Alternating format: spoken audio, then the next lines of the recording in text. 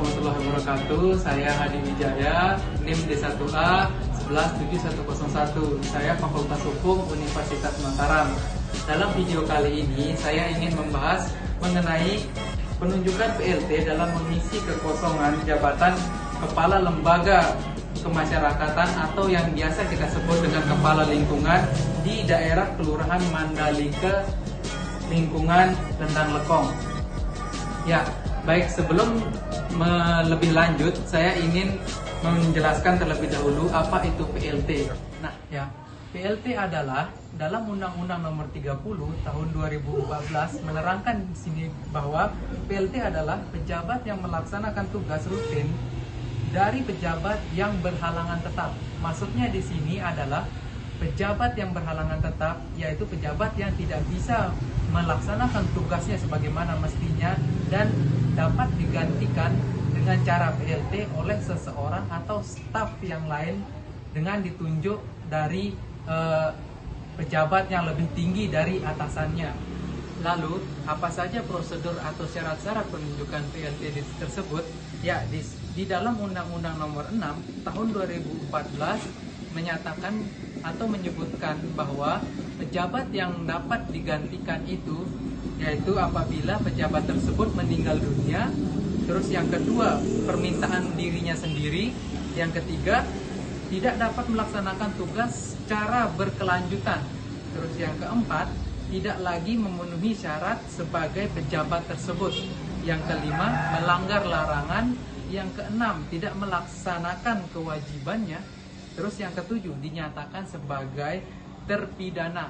Ya, dari penjelasan mengenai PLT yang telah saya sampaikan tadi, di sini saya ingin membahas mengenai kasus PLT yang terjadi di lingkungan saya, yaitu lingkungan Lendang Lekong. Kasus ini bermula ketika Kepala Lingkungan Lendang Lekong meninggal dunia, sehingga terjadilah kekosongan jabatan di sana.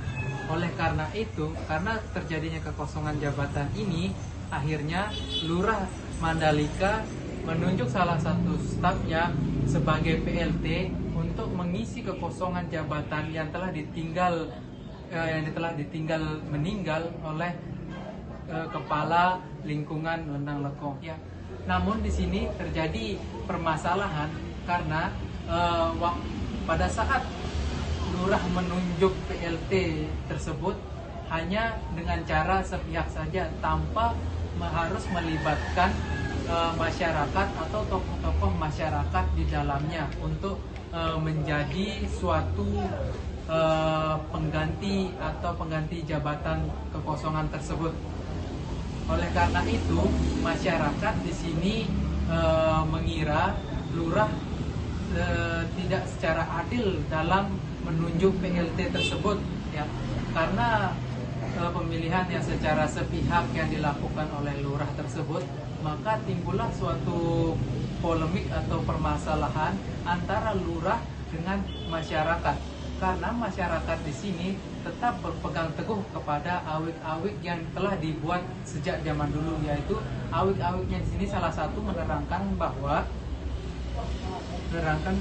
yang berkaitan baik dengan pengangkatan ataupun pemberhentian jabatan harus dilakukan dengan cara musyawarah terlebih dahulu dengan tokoh-tokoh ataupun masyarakatnya itu sendiri.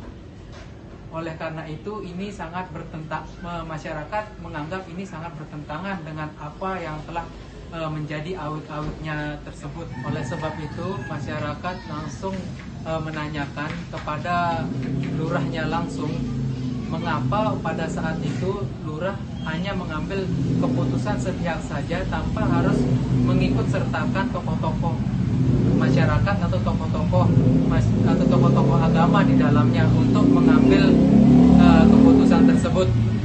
Namun pada saat pertemuan tersebut tidak adanya jalan keluar baik dari pihak kelurahan ataupun dari pihak masyarakat itu sendiri.